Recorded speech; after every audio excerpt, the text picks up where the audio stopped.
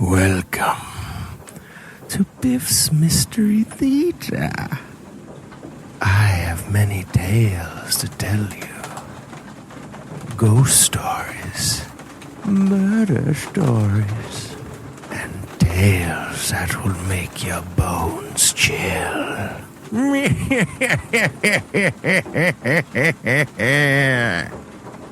Join me, won't you? For Theater of the Mind, where you always have the best seat in the house.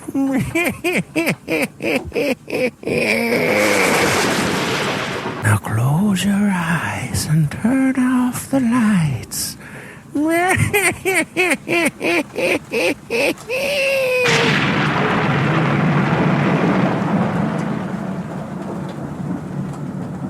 At Deer Lodge in Montana Territory, I met a very unusual young lady. Her Chinese name was Chen Shuk Yi, which in English means gentle virtue. This is her story.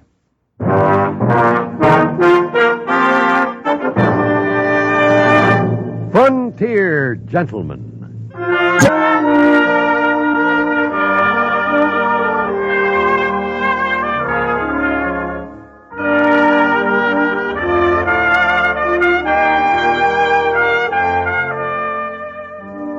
Herewith an Englishman's account of life and death in the West. As a reporter for the London Times, he writes his colorful and unusual stories. But as a man with a gun, he lives and becomes a part of the violent years in the new territories. In just 1 minute, we will bring you this latest report from the Frontier Gentleman. Hey, what do you think of my new swept wing 58 Dodge, Ernie? Ain't she a beaut? Boy, that's really a big car. Big? I'll say she's big. I'll stay here by the grill and you go take a look at those swept wing fins at the rear. Okay.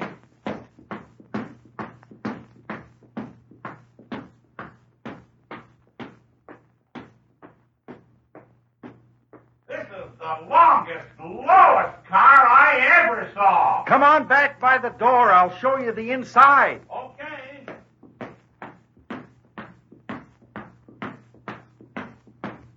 Now look inside.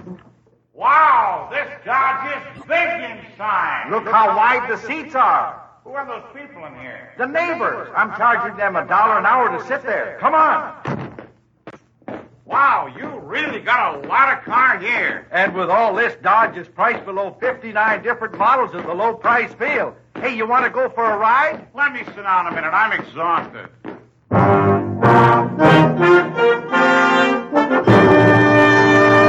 Now, starring John Daner, this is the story of J.B. Kendall, Frontier Gentleman.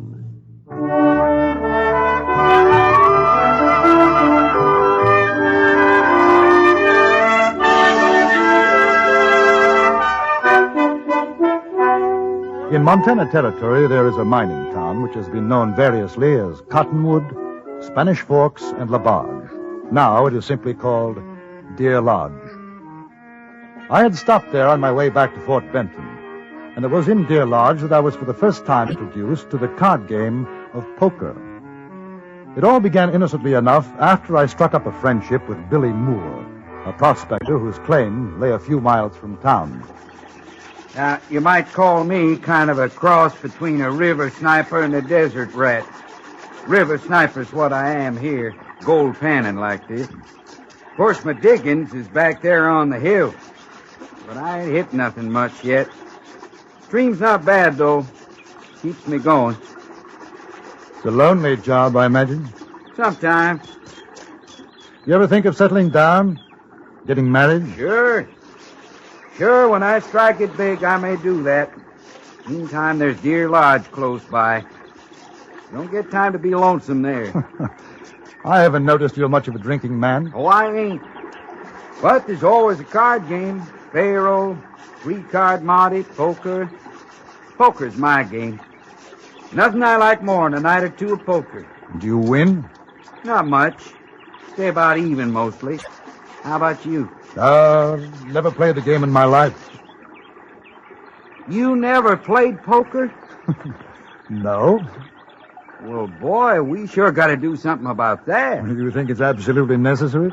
Well, Mr. Kendall, how are you going to write about how people live in these parts if you ain't never played poker? Oh, well, I never quite thought of it in that way. Well, it's a fact. I'll tell you what. This afternoon, I'll show you how to play. There's nothing to it. And then tonight, we'll go into town. There's always a real friendly game at Dead Broke Bar.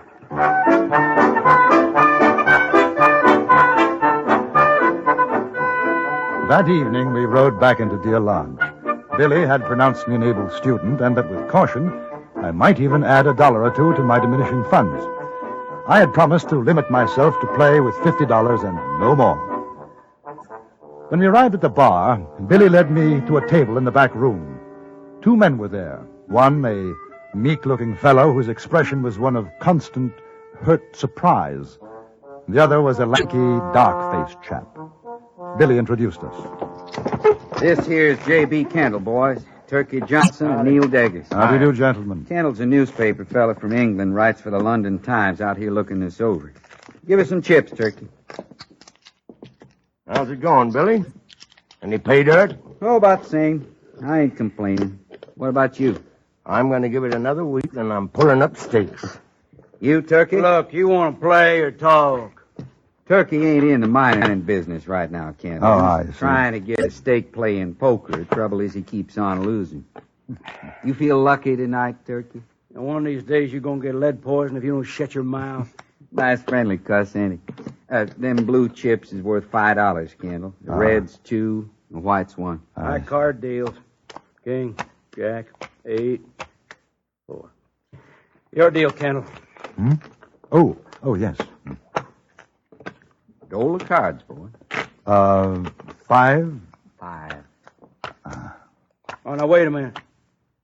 Something the matter? In these parts, we cut the cards, mister. He's kind of... Oh, Turkey. He don't mean terribly no sorry. harm. I'll cut him.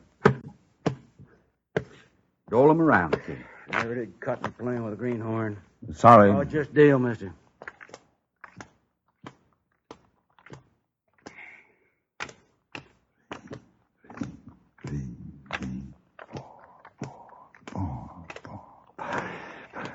Five. Open, $1. Call. Raise $1. No, thank you. Not for me, neither. I got a feeling you're telling a winded turkey. I'll see you. Give me 3 cards, Kendall. I'll take 2. Billy won the first hand and the second. I played very carefully, and at the end of an hour was about $5 to the good. I could see that Turkey Johnson resented both me and my playing, even more so because he was losing. His temper slowly deteriorated with the quality of his cards. Then the door opened, and a small, pigtailed Chinese gentleman walked in. He had an ageless face, impassive. Oh, I never Hey, seen you. such cards. Oh, it'll change. I didn't think you'd be coming tonight. Light and rest your saddle. This is J.B. Kendall. He's from England. Mr. Kendall, I am honored. Is it Mr. Yu? Yes. How do you do, sir? Good evening, Mr. Deggers, Mr. Evening. Johnson. All right, come on. Come on, Moore, it's your deal. I know it. Well, deal. Chips, please, Mr. Johnson. $50. You keeps a string of burros, sells them or rents them. Orneriest critters you ever see. Oh, very intelligent. Very noble animals. How's that pretty girl of yours, you? Ain't seen her around. He keeps her hid from the likes of us, huh? You ought to see her, Kendall. Real nice little filly. Is your daughter, Mr. Yu? Oh, no, daughter, no. She's girl from Hong Kong. She helps me with business. Talk. It's your play, Kendall. I'll open for $1. Mr. Yu proved to be an astute but unlucky player, and Johnson began to win. For the next 2 hours, the game seesawed back and forth, and after that it became obvious that unless there was a startling change, the big winner would be Johnson. The loser, Mr. Yu. Billy, Neil Deggers, and myself were about even. Then an extraordinary thing happened. I found myself at the end of a draw, sitting with 3 aces and 2 queens. The betting was up to Neil Deggers. At that time, there was $50 on the table. 2. No, I'm folding. 2, and I raise 3. Yeah. Hey, this is a big one, huh? All right, boys. I'm calling and raising 5 of my own. You take it easy, Kendall. Shut your mouth, Moore. Ain't no side playing this game. Now, don't get riled, I ain't Turkey. riled, just keep your mouth shut. I'm sorry, gentlemen. Just give me a moment. Very well. I'll call. $10. Kendall, you know it's going to be a pleasure to make you holler calf rope. Ain't going to be no beginner's luck in this game. Your play, Mr. Yu. And 25. Sure am glad I'm out of this one. You're 25 and up 25. Kendall, you better get out. Son of a gun, I'm saying for the last time, Moore, you shut your mouth. Now, listen, Turkey, he's a friend of mine. Mr. Johnson's, he's quite right, Billy. I'd like to buy some more chips, please. 100. Well, what's your play, mister? It'll cost you 50. You better not... 50. Man, you ain't gonna have enough left to dust your fiddle. 50 and raise 50. What? There's near 300 in there. Yeah, so there is. I got the deadwood on you boys, but you keep her getting fat. I ain't grumbling. You're 50, you, and my 50. It's another 100, Kendall. Yes. I see. All right. I call. Mr. Tucky, there is $500. I am now without money. Still, I wish to call you back. Oh, that's too bad. Maybe you can get a loan, huh? I no take a loan. Well, what do you say, you? You in or out? Oh, how about them burrs? You want to stake them, huh? No, not burros. But, maybe Ken Shoki? Now, ain't that something? You kidding? The girl should be worth another 100. I seen her, Turkey. She's a looker. If you lose, can you guarantee I'll get her? I guarantee. Well, how can you do that, Mr. Yu? She belongs me. I paid a half a cent from China. You wait, please. I put cards down. Nobody touch.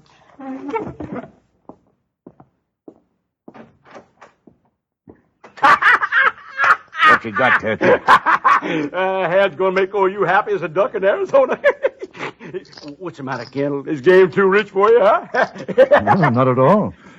I find it very interesting. Well, boys, my luck has turned. Yeah, I'm going to get me a grub steak with the winnings and have me a real nice score to take care of grub slinging and the like. Say, how about me and you go and pardon it? Yeah, might do that, niggas. You might at that. At that moment, the door opened, and Mr. Yu came in, followed by the girl, Chen Shuk Yi. She must have been in her early 20s. She was quite beautiful. She didn't look at any of us, but moved behind Mr. Yu's chair, staring black-eyed, expressionless. You tell her what happens if you lose? He has been told. You betting her? Yes, I call you bet with Shook Yi. All right. What do you got? Flush. Hearts. I had you figured. Too bad. Yeah, kings and tenors full. Just a moment, Mr. Johnson. Aces and ladies full. Son of a gun. You have won, Mr. Kendall. The money and the girl are yours. Most honored to meet you, Mr. Kendall. Shook Yi's belongings are at my house. Do you wish her to bring them now? Well, I understand it is a matter of delicacy. You live at the hotel, Mr. Kendall? No, I'm staying with Billy Moore. Her belongings will be brought tomorrow. Most happy gentlemen, good night.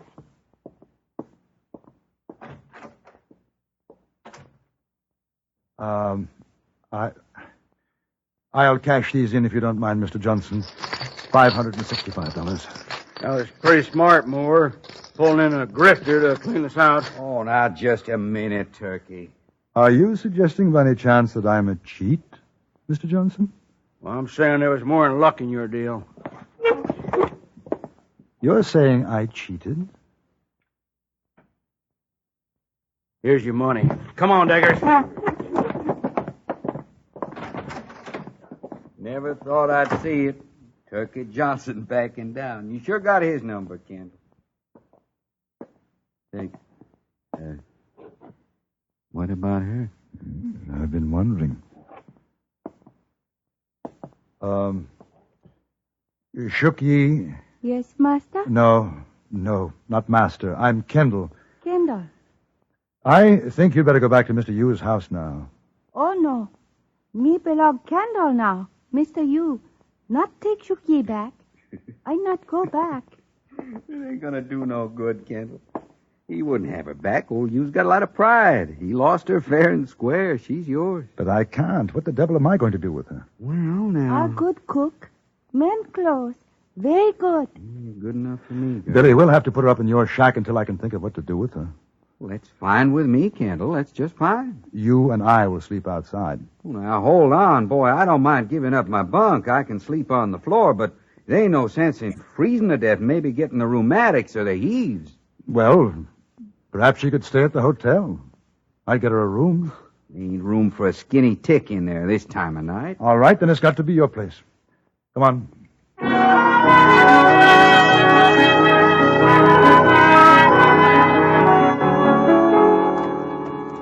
Kind of nice night, ain't it, Kendall?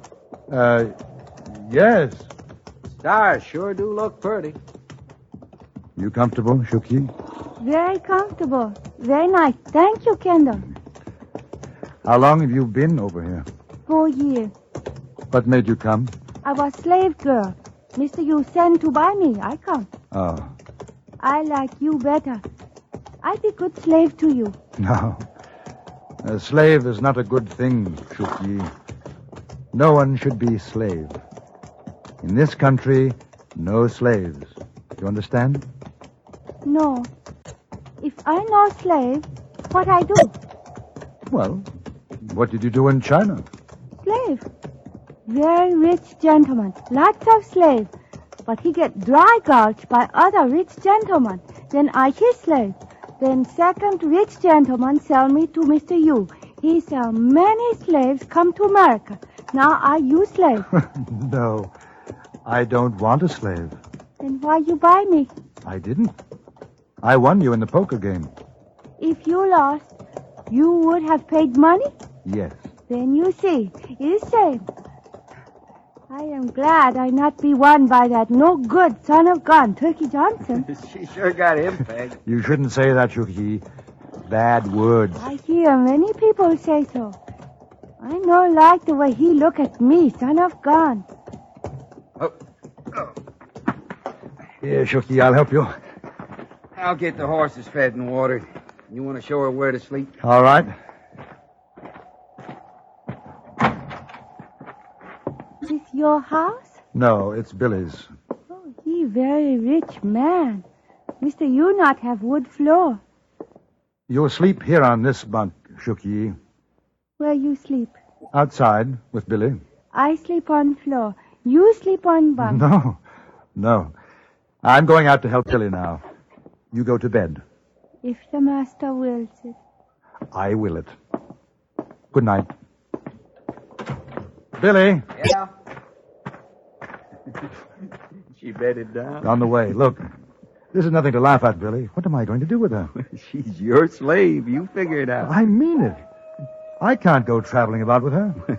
I wouldn't mind it. Billy, it's serious.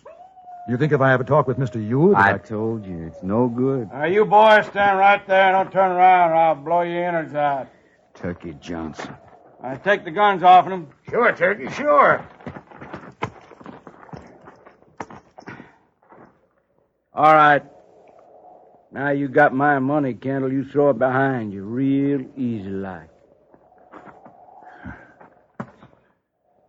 All right, pick it up, Daggers.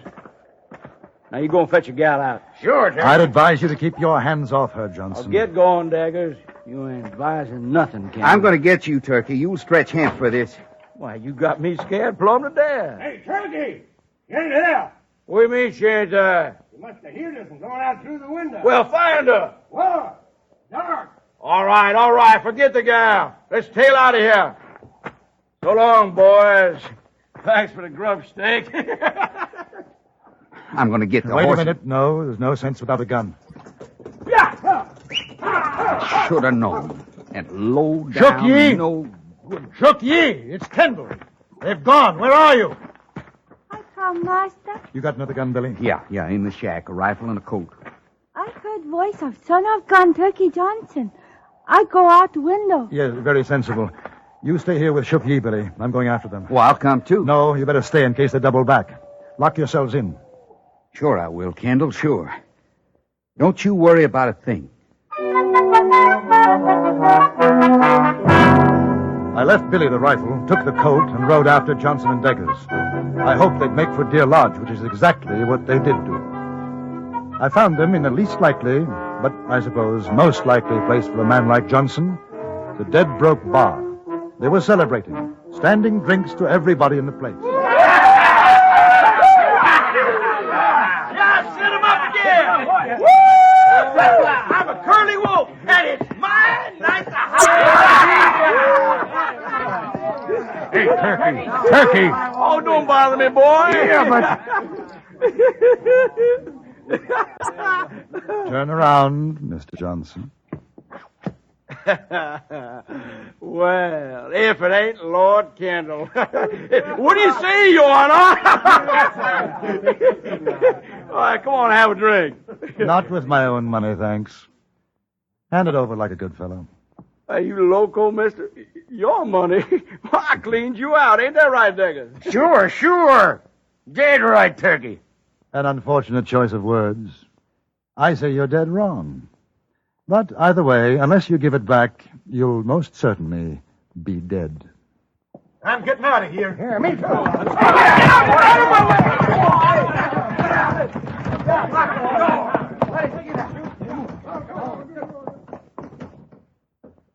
You want to draw first? No shooting in the bar, boys. You take it outside. Well, you want to... Draw first? I have. Hey, I was only kidding. I'm not. Throw your gun belt on the bar. You too, Deggers. Now, Johnson, I have taken a great dislike to your face. Hold this for me, will you, barkeep? Get him, Deggers! Get up! Hit it!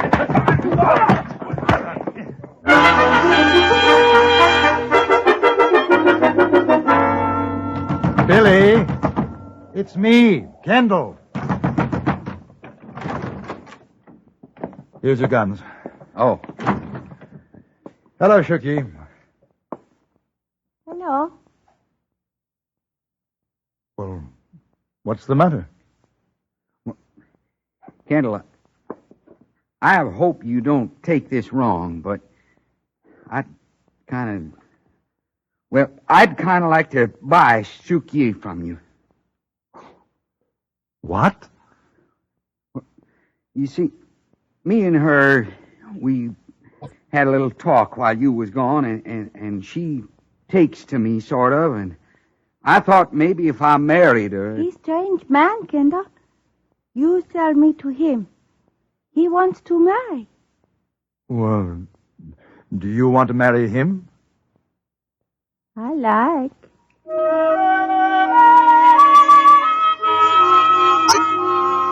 The next morning, I was best man at their wedding, and Mr. Yu gave Shook Ye away. After the breakfast, which took place at the Dead Broke Bar, I started off for Fort Benton, where I planned to take the river steamer down the Missouri to write my reports of another part of the West.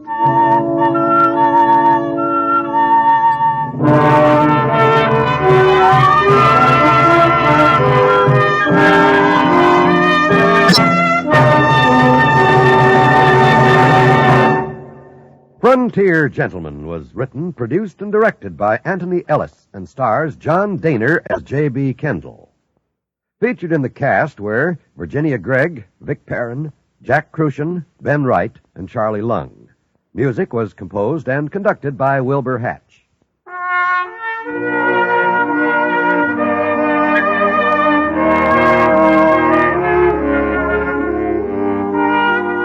Join us again next week for another report from the Frontier Gentleman.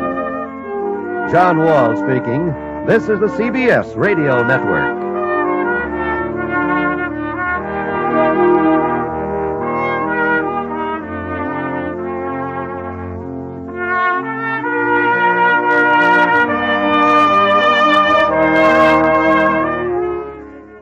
There seem to be only two kinds of people in Montana Territory, the good and the bad. Sometimes it's hard to tell which is which.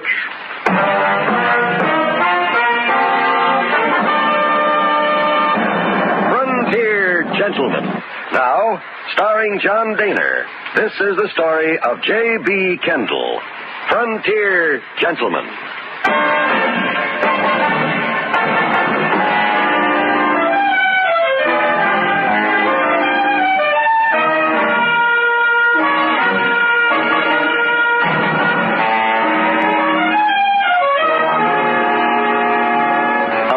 Back to Fort Benton on the Missouri River when I reached Helena. There I was lucky enough to receive an offer of transportation in a wagon. So I sold my horse and we set out on the Mullen Road. My companion, or bullwhacker as he called himself, was a leathery, stringy chap who might have been 50 or 70. It was hard to tell. His name was George Scales, and he seemed more than happy to have someone to talk to. Yes, sir. I was one of the first starts of the California Gold Rush. Went out with my father in 49. How old do you figure I am, boy? Well, 58. 58. Wouldn't think it, would you? Well, 58. Never had a sick day in my life. Been married 3 times, buried 2. The third got took by Apaches down in Arizona Territory. I pitied the poor son of a gun Indian that hooked up with her.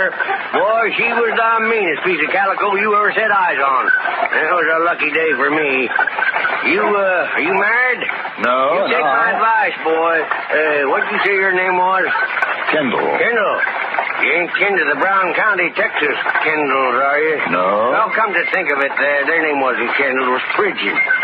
Now, how come you figure I misremembered that? What was we talking about? I'm not quite sure. Now, you take my father. 86 years old 2 weeks back. I'm taking him home to bury him. Oh, I'm sorry. Oh, anything for sorrow. All got to go up Salt River sometime. Old Buzzard's been out in California better than 30 years. That ain't no place for a man to sack his saddle, so last trip out I said, Pa, I got to take you back to Kentucky, because when you bite the dust, it ain't fit to do it in this here place. That's what I said. I see. Well, we got us a place in Kentucky. Figure he ought to rest comfortable there. Well, did he die on the way from California? If he did, since you got on back in Helena, the old buzzard ain't dead yet. He's asleep in the wagon. Oh. Eats and sleeps. Ain't much else to do, I guess. Old buzzard, deep as a post.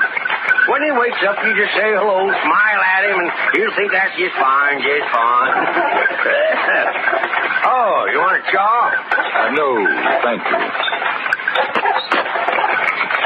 You don't talk much, do you? No, I suppose not. What's your business? I'm a newspaper correspondent. Writer? Yes. Newspaper feller, huh?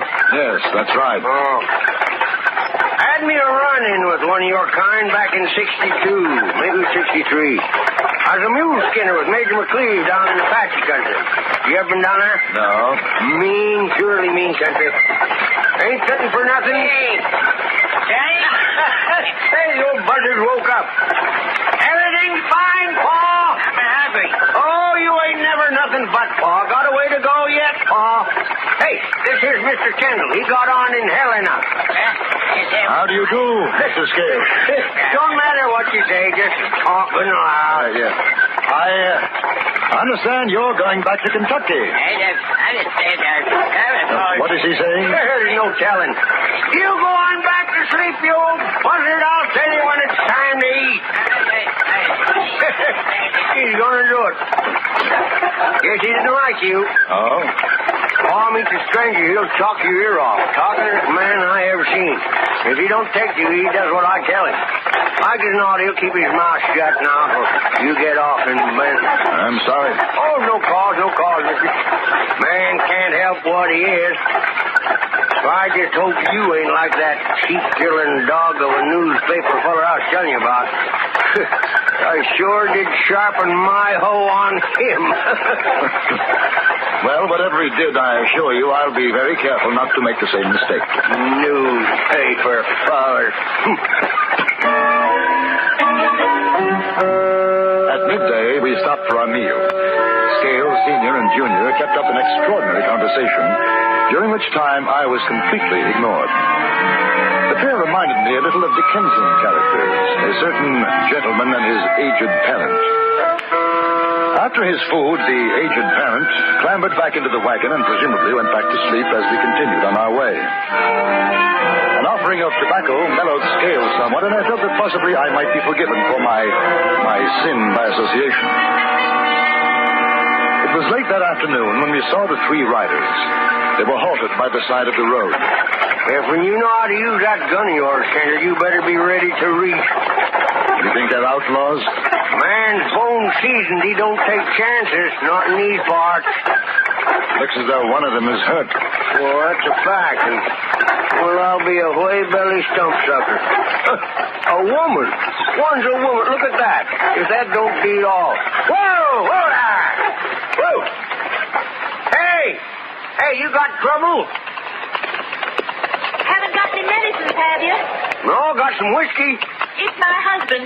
He's hurt kind of bad. It ain't nothing, I tell you, Dora. Just let me rest a while. We'll get on. You ain't gonna make it, Bill. Shut up. Mister, I'll buy your whiskey. That'll fix me. No such thing. It isn't whiskey you need. Either of you gents know about doctrine? No, ma'am.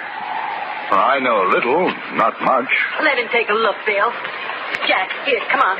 Give me a hand down. You know, Kendall, I got a feeling I know that fella. I've seen him, but I ain't sure where. Why don't you bring the whiskey out, Mr. Scales? He looks as if he can use it. All right. Here, get your jacket off, Easy, Bill. woman. Now take it easy. Oh, man, that sure looks wicked. You better sit down. There's the rock over there. Yeah. Come along.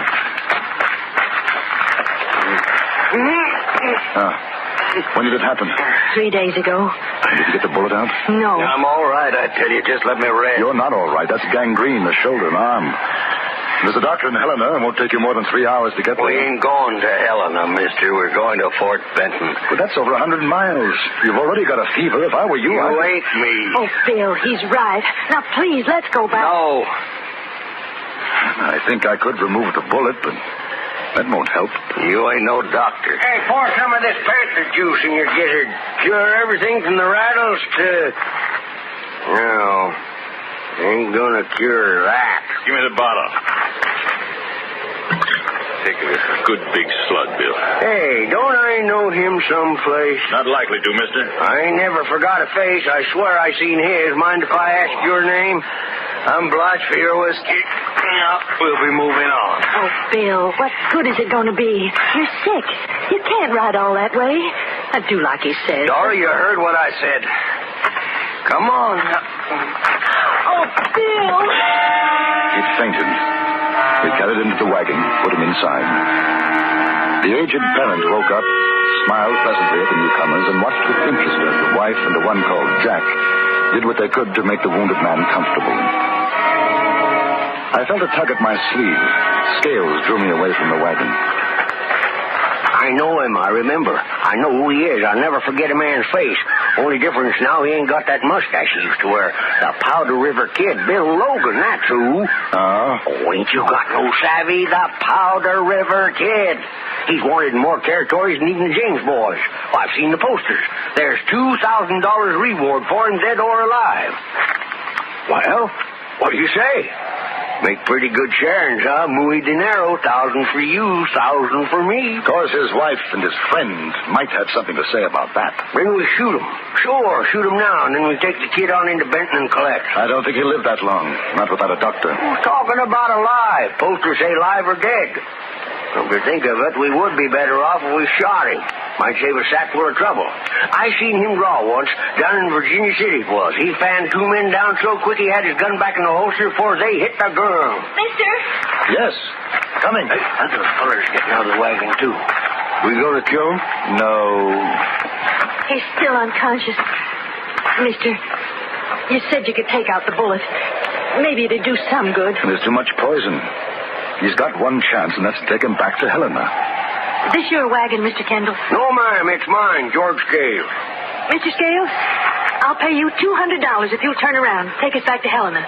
Well, now, that's a mighty attractive offer. I don't know, Dory. Bill said... I don't care what he said. Right now he's dying. No, I ain't. Mister, my wife offers you $200 to take me back to Helena. You let me rest a while in your wagon till I'm fit to ride the other way. I'll make it $300. That's fair. Yes, sir, that's a fair deal. I'll do that. Make yourself to home. The old buzzard's my paw. If he talks at you too much, just better good and loud. Go to sleep, you old buzzard. You ride in here with me, Dory. Jack, stay on your horse. Sure, Bill. Just take it easy. All right, boys, let's bounce.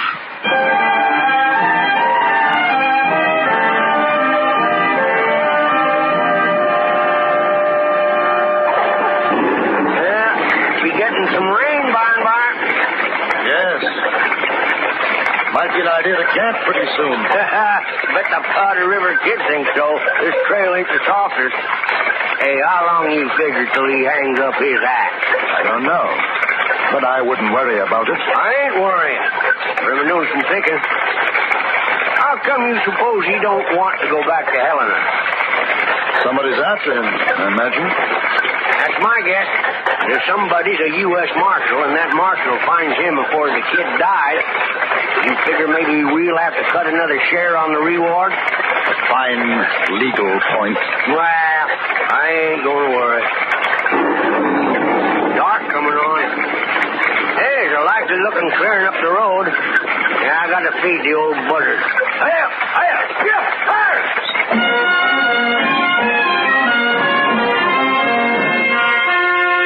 After the supper, I walked away from the camp to a rise overlooking the Missouri. There were flashes of lightning in the east, and you could see the outline of heavy black clouds, but there hadn't been any rain yet. I stood for about 10 minutes smoking my pipe. Then I heard steps behind me. Scales said you come up this way. How's your husband? Oh, I think the fever's worse. Will he make it? I'm not a doctor. You don't have to be. You should have gone back to Helena. He couldn't. He was afraid to. Scales knows who he is, doesn't he? You know. Yes. There's been a marshal trailing us for 6 months. He caught up with Bill in Helena. My brother Jack helped him get away, and we hid out in town for 3 days. Well, why didn't you get a doctor? Oh, he wouldn't let us. There's a reward. Bill was afraid a doctor'd try and collect. Just like your friend wants to. He is pretty obvious, isn't he? Oh, man's luck runs out. Coyotes started snapping for the leavings. Me and Bill was on our way to Benton before the marshal caught up with him. We figured on going back east. Were you and your brother both working with Logan? No.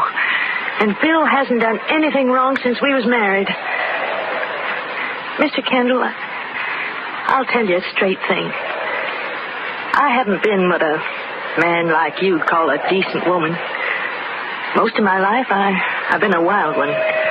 But not since Bill. I wish I could help, Mrs. Logan. I really come to ask you to... I saw it done once before with a man's leg that got like Bill's arm. They cut it off. Yes, I thought of that. It's too late. The poison's in his shoulder. It wouldn't do any good. I'm sorry. A preacher out in Utah married us. He'd never heard of the Powder River Kid. He thought we was nice folks. Well, I better get back to the camp. I went with her. Jack was with Logan in the wagon. Scales' father was sitting on his haunches by the campfire, sucking on a piece of root candy and whittling a sliver of wood. He rocked back and forth, humming to himself. Scales leaned against a tree, ruminating on a piece of tobacco. He beckoned to me. What'd she want? She wanted me to cut off his arm. That's a woman for you. You aim to do it? No, wouldn't do any good. Probably kill him. You sure wouldn't think he was a gunslinger, would you? Not now, you wouldn't. Sick and whimpering like a dying pup. Do you think we could go on tonight? Not on this trail. With the rains coming, no, sir. Besides, the old buzzard don't like traveling in the dark. Yeah, I hope he don't keep that up all night. None of us will get any shut-eye. Now lie back. Lie back, honey. It'll be better. Anything I can do, Jack? Now, Bill, come. No. He's sick to the head right now. Don't even know Dory. Honey, don't. Dory says you know about us. We figured so. I think you're all right, Kendall. My sister does, too. But I want to tell you not to start thinking about that reward. A few minutes later, it began to rain, and continued intermittently all through the night. But the dawn was clear and bright.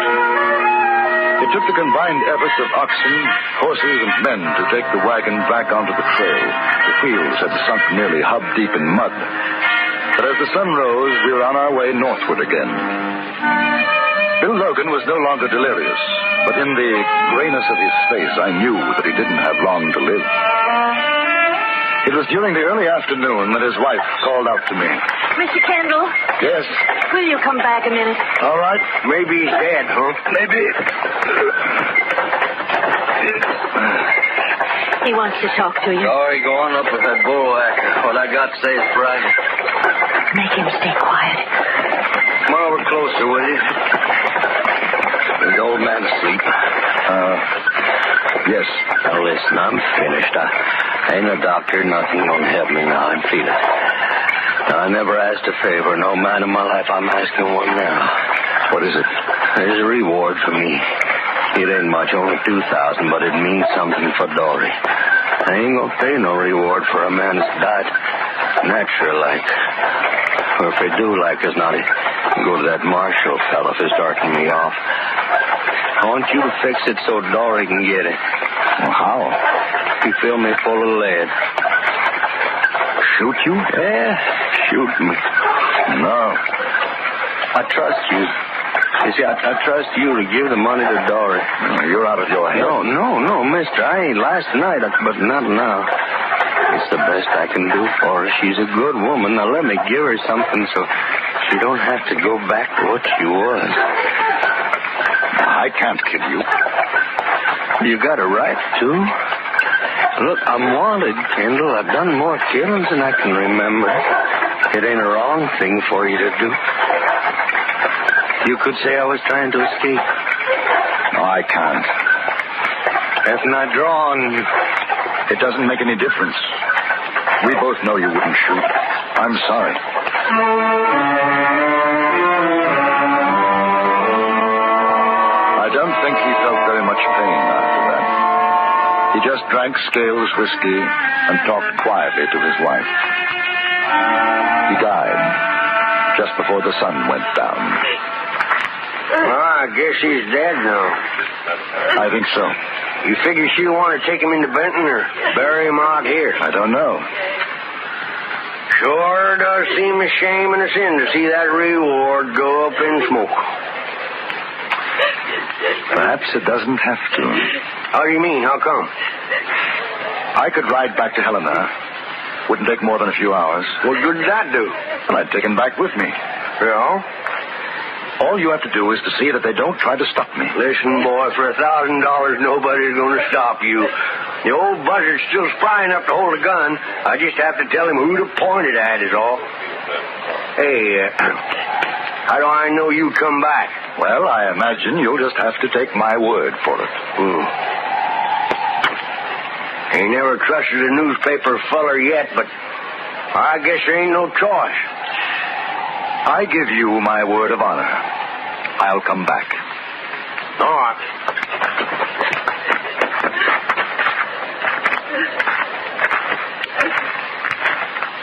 Oh, curry's in there, too. Why, ain't going to be nothing to it. All right, Curry, you keep your hands high. Both if you get over to the other side of the wagon. Now, Powder River Kid's going back to Helena. Scales shouted instructions to his father, who disarmed the dead man and Curry, then held a gun steady, a smile on his old face, head nodding approvingly. I took Logan's body out of the wagon and tied it onto a horse. Just before I rode away, I saw Mrs. Logan watching me, crying, a soundless, terrible cry.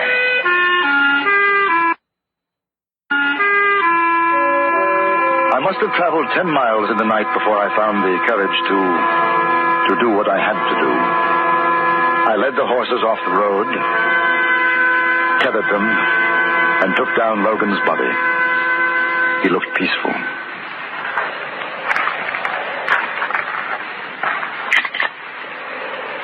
Forgive me, Logan.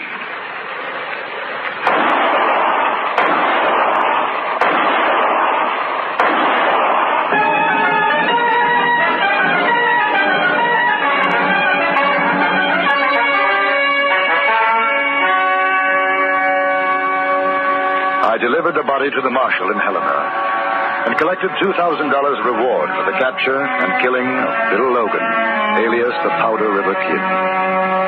Then I took the horses and rode back to where I'd left the wagon. Did you get it, boy? Did you get the money? I got it. One of these days, I'm going to catch up with you, mister. Get on your horse. You too, Mrs. Logan. Go on. One of these days.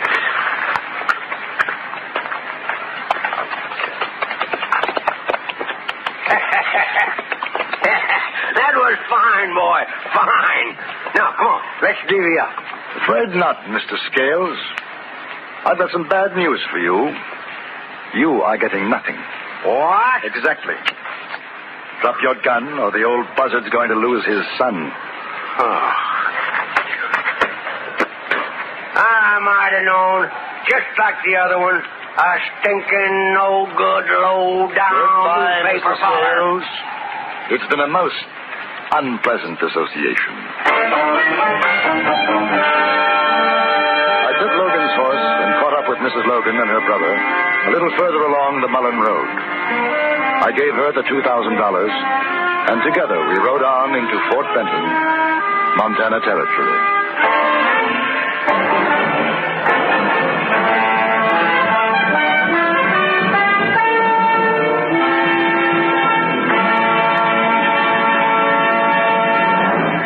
Frontier Gentleman was written, produced, and directed by Anthony Ellis and stars John Daner as J.B. Kendall. Featured in the cast were Joe Kearns, Paula Winslow, Larry Dobkin, Barney Phillips, and Robert Roudier. Music was composed and conducted by Wilbur Hatch.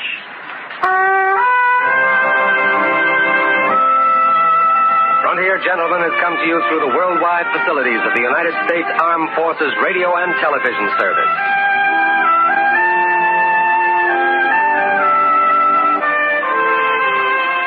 I attended a murder trial in Fort Benton, Montana Territory. To say that it was unusual is putting it mildly.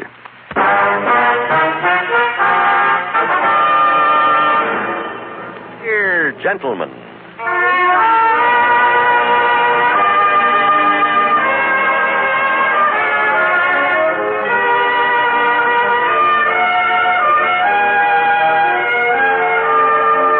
Herewith an Englishman's account of life and death in the West.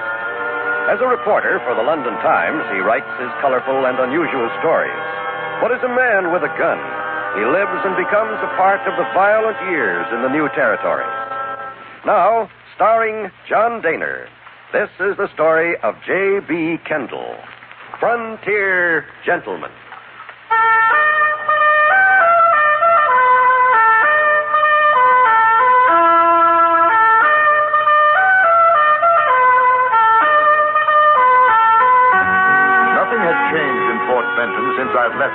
weeks earlier, except perhaps for one thing.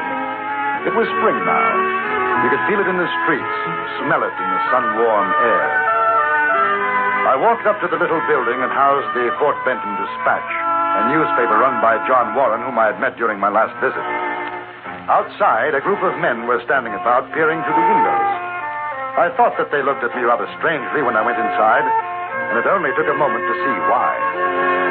The newspaper editor, Mr. Warren, sat pale-faced, looking at a rather fierce individual who stood a few feet away from him, wearing 2 pistols and cradling a shotgun in his arms. Mr. Kendall. Well, how are you, Mr. Warren? Am I interrupting? No. Sit down. This is George McCune, J.B. Kendall. Howdy. Mr. McCune? That's right. What are you, deputy or something? No. Mr. Kendall's a newspaper man, writes for the London Times. Oh, is that right? Huh. Well, what do you say, Warren? Well, it's the way I told you. I'm not a lawyer. I might do you more harm than good. You're going to be like them others, huh? It's not that, but Clint Wallace is a smart man. He knows the law. That there Wallace is a no-good son of a gun. If he tries any of them smart lawyer tricks on me, I'm going to salivate him right through his fat gizzard. Wallace is prosecuting McCune for the murder of Jack Furlong. I see. Yeah. And I'm going to tell you something right here now. I didn't shoot that lily-livered cutback of a ruptured hog nohow. Not that I ain't saying whoever done oughtn't to get a medal. I'm inclined to believe him, Kendall. The trouble is, there's not a lawyer in town to take his case. Now, I'm willing to face up to what them Furlong says I done if I get a fair trial. But I've seen what that outlawyer Wallace can do with his fancy twisting words. He got me hung right now. Do you mind my asking, haven't you been arrested? Well, sure, I've been arrested. How come you think I'm still in Benton? I mean, isn't it usual for a suspect to be in jail? Look, there ain't nobody going to put me in the calaboose, especially for something I ain't done, not nohow. Ain't a man in Benton big enough to try it. Why do they suspect you? Why? Well, I'll tell you why. Because that eyeballer Buck Furlong, him and that cow critter wife of his, they got it in for me ever since I whooped Buck's brother Jack in a poker game. That's why. I cleaned him out. And he swore he'd get even with me. The whole blame family's been going around Benton saying I gouged Jack in the game. Me gouge you. I ain't never cheated in cards all my born days. Do they have any proof, that it was you? They ain't got nothing. There's a mule skinner in town, Ike Dawlish. He says he saw McCune arguing with Jack Furlong a few minutes before the shooting. That fella Dawlish, he herded one band of sheep too many. You know, that fella's plumb loco. Everybody around here knows that, except they take his word because they got it in for me. Shucks, I was up the other end of town sleeping off a belly full of popskull when it happened. Anybody see you? Well, if they did, they ain't coming up to say so. When did it happen, the shooting? Well, it was about 2 nights back.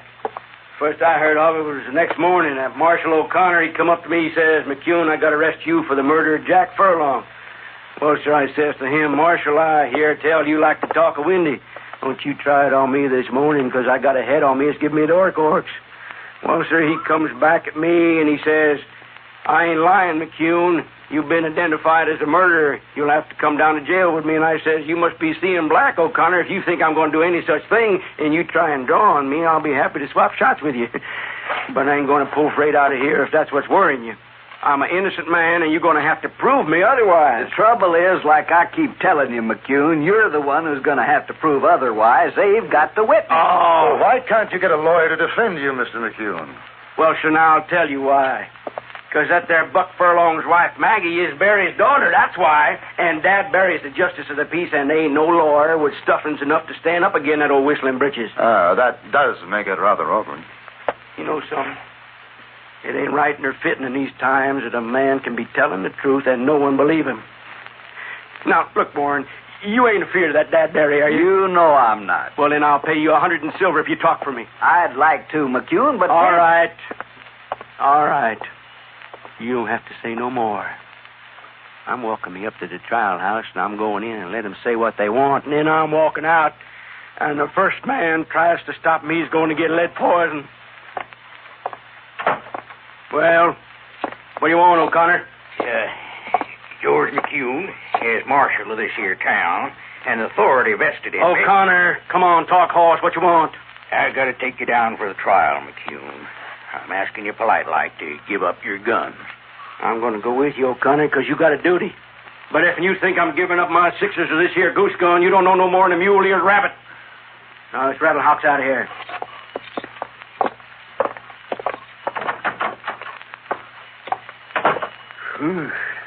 You know, I feel sorry for him, but I'm glad to see him out of here. He's been with me for better than 2 hours, Kendall. Yes, I can see where he could be quite persuasive. You know, I wasn't kidding. If I'd have thought I could help him, I would. But I'm no good at public speaking and never was. Break out all of a sweat. He'll do better alone. Who is he? Oh, McCune, he used to be an Indian scout with Crook. Hadn't been able to forget his ways. He's a tough man and likes folks to know it. That's why even if he didn't kill Furlong, most everybody figures he did, the jury will, too.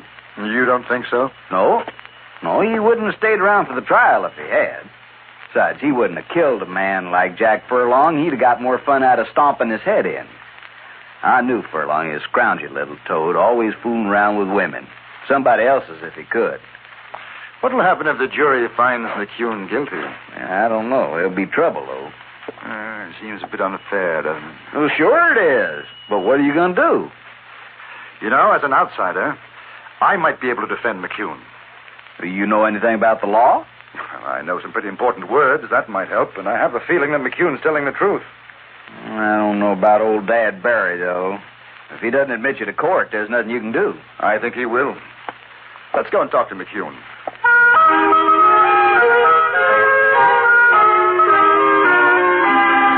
When we arrived at the saloon, it was already half full. The accused man was sitting in a small storeroom drinking a glass of beer, his gun still very much in evidence. Marshal O'Connor stood in the entranceway trying to appear as though he were guarding his prisoner, although he seemed extremely nervous and was obviously unhappy with his job. He didn't want us to talk to McCune. I'm sorry, Mr. Warren. I can't let either of you gentlemen in to see him. We're his legal counsel, O'Connor. O'Connor, you let him pass by or I'm going to come out. You said you ain't got no lawyer, McCune. He's got one now. Don't give me no trouble, O'Connor. I ain't in the mood. All right, close the door, O'Connor. Well, I see you changed your mind, Warren. I'm real grateful to you. It's not me, McCune. It's Mr. Kendall. He's going to talk for you. How come? I heard what you had to say. I think there's a good chance you're innocent. Are you a lawyer? No, but I know something about law. Probably as much as Mr. Warren. Uh-huh. How much you figure on getting paid? Well, if we win, what you would have paid Warren. If we lose, well, it won't matter. Yeah. All right. All right, you got yourself a deal.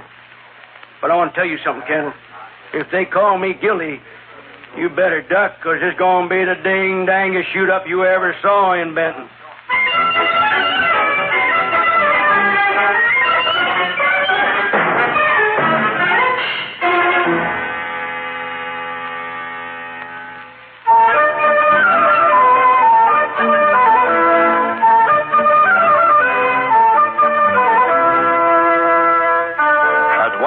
The saloon courtroom was full. The judicial bench was the counter, and whiskey barrels set up on end in front of it served as the legal bar. 12 good men and true sat at tables placed to the side in a row. They were highly conscious of their importance to the community, and only 4 were taking advantage of the convenience of whiskey close at hand. Windows and doors stood open for the comfort of those inside who might feel the spring warmth, and for the accommodation of those crowded outside, unable to obtain even standing room. At 1 o'clock, court was called to order, the clerk hammering on the bar with the butt of his hammer.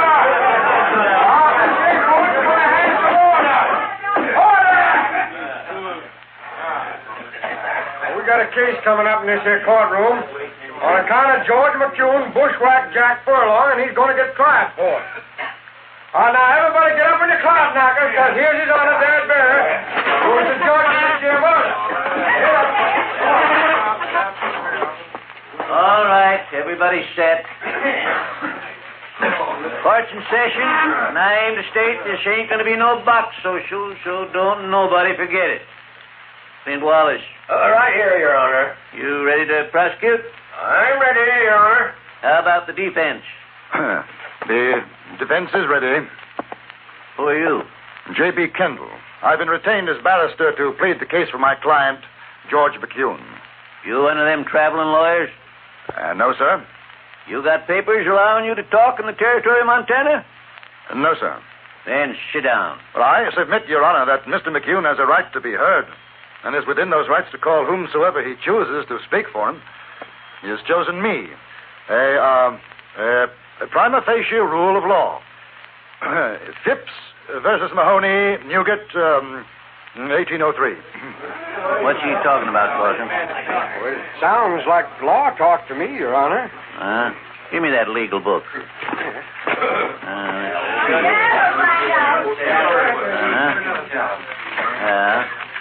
Well, I ain't gonna hold up this trial whittle-whanging with you, mister. Ipso facto. So don't go trying any jackleg stuff with me, or by ziggity, I'll fine you for contempt of this here judicial court. You savvy? Bring in the prisoner. I'll bring in George McCune. Ain't nobody bringing me in. I'll bring him my own self. Mind you, this hombre's on trial for murder. What's he doing with them shooting irons and the shotgun?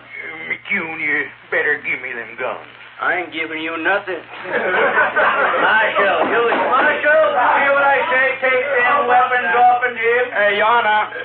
Now, I got a big respect for things legal. That's how come I'm here. But if anybody tries to take my sixes, there's going to be a mess of trouble. These here weapons is to protect myself. Marshal, I'm telling you. Dad, you want them guns, you go get them yourself. What are you objecting about, Clint? Ain't your court. I'll get on with the trial. Gentlemen of the jury, we're going to prove that George McCune did with malice and plain ornery covetousness killed poor old Jack Furlong on Thursday last at 9:30 o'clock. The way she's carrying on, you'd think she was married to Jack instead of Buck. We will prove that the killer McCune did take... Objection. What's the objection, mister? The learned counsel refers to my client as a killer. This has yet to be proved in trial. Ain't no call to object. Go ahead, Clint. The killer, McCune, did take a .45 and blew 2 holes in said deceased Jack Furlong. It killed him. We got witnesses to say how it happened. That's all, Your Honor. All right. Hey, you. What's your name? Kendall. Yeah. Well, go on and make your speech. Thank you, Your Honor. Gentlemen of the jury, I shall not take up your time with a verbose statement. I will only say that when the trial is at an end, you, the peers of George McCune, will send him from this courtroom a free man, exonerated of any complicity in this crime. Well, what does it mean by that? Clint, call the first witness. I call Buck Furlong, the dead man's poor brother, to the stand.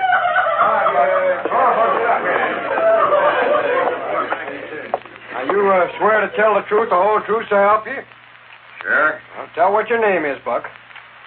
Shucks, you know my name, Slauson. Now, Buck, this here's a court of law. We got to do things right. State your name. Buck Furlong. Oh, Mr. Furlong, I'd be obliged if you'd tell the court just what happened on Thursday night. Sure, Clint. Like everybody knows, that no-count McCune shot my brother Jack. I object. You shut up, mister. It ain't your turn yet. Go ahead, Buck. Jack said he was coming down here to your place, Dad, for a shot of whiskey. And that sidewinder McCune dry dog. Listen, you flea-bit mule,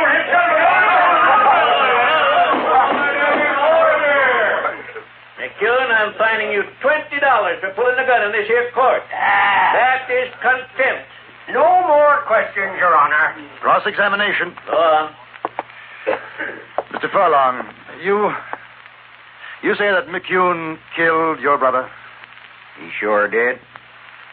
How do you know that? Everybody knows it. I didn't ask that. How do you know? Because he's the only one could have done. Ike Dawlish seen him do it. And Mr. Dawlish told you? Well, sure. Ain't that right, Dad? That's right, Buck. Told me, too. You had no other proof? I didn't need none. That's all, Mr. Furlong. Thank you. Next witness.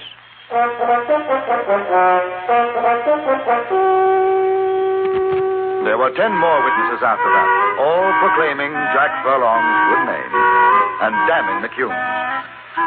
The trial was momentarily interrupted when 2 deer were spotted frolicking in a meadow 100 yards from the courtroom. There was a wild dash to the windows in order to obtain a better view. When order was restored, one of the prosecution's most important witnesses was called, Mrs. Buck Furlong. Now, Maggie, there ain't a soul here don't understand how you felt about your brother-in-law. It's the truth, the holy truth. Sure. Now, you tell the court what you know about the murder. Well, that highbinder McCune, it wasn't enough he cheated our poor Jack out of his money, which everyone in Benton knows. He hated him because his conscience wouldn't let him sleep, haunted him like. So what I figure is when poor Jack went down to get himself a drop of whiskey for his poor tooth, which was ailing him something terrible, he run into McCune, and him being a drunken skunk, McCune couldn't stand to face up to him, so he shot him up.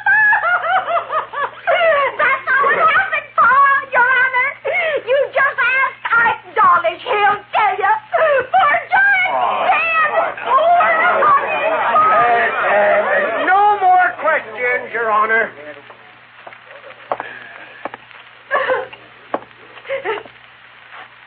Mrs. Furlong. And you, mister, you ought to be ashamed defending a suck-egg coyote like that. Ain't nobody! Man, nobody told you!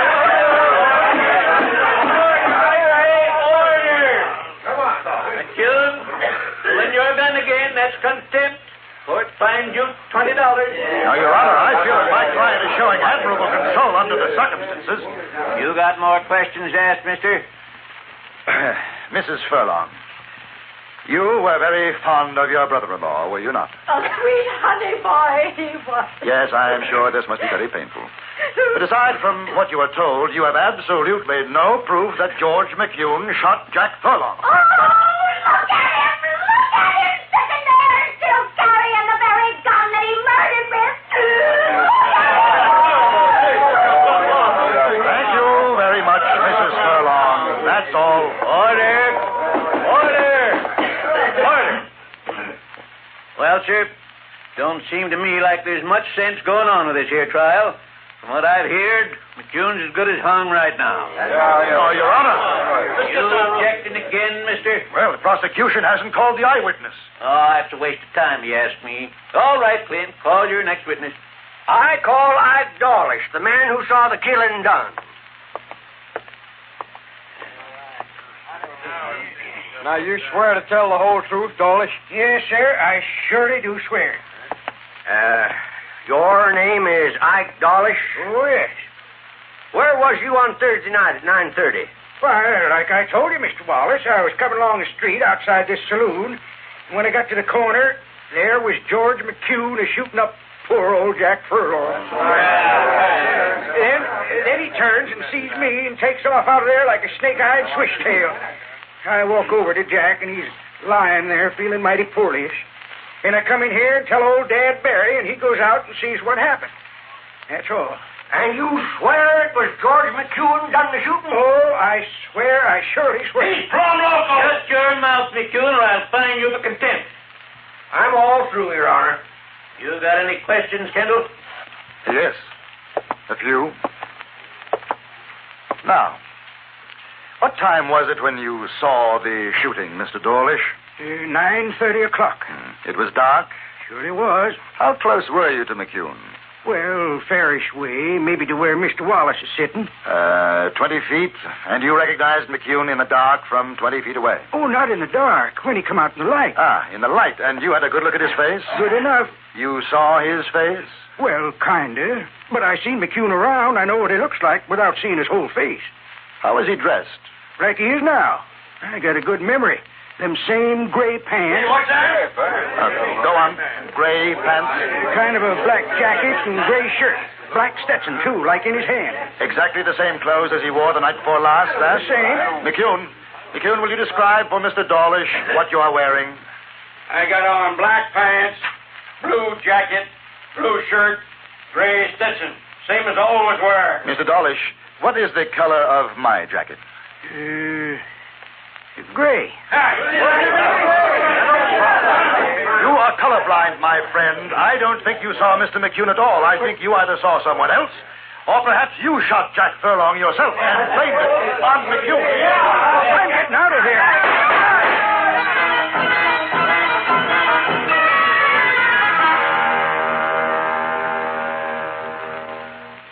How did you know, Kendall? I didn't. Not until Dawlish made that slip about color. The rest was luck. You know, I feel kind of sorry for Little Runt, even if he did blame it on me. Has he said why he did it? Oh, well, it seems Jack Furlong was rather romantically inclined toward Dawlish's wife. He knew Mr. McCune would be the easiest person to blame for the shooting, and, well, that was that. Hey, not that it makes no never mind, but listen to that Maggie Furlong. You figure maybe she and Jack was romantically inclined? I figure that Jack Furlong had a very bad case of spring fever. It killed him.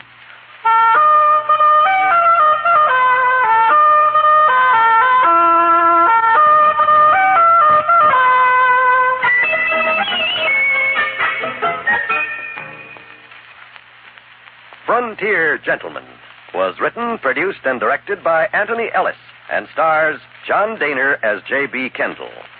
Featured in the cast were Jack Crucian, Harry Bartell, Joe Kearns, Will Wright, Jack Moyles, Jeanette Nolan, Vic Perrin, and Stacey Harris.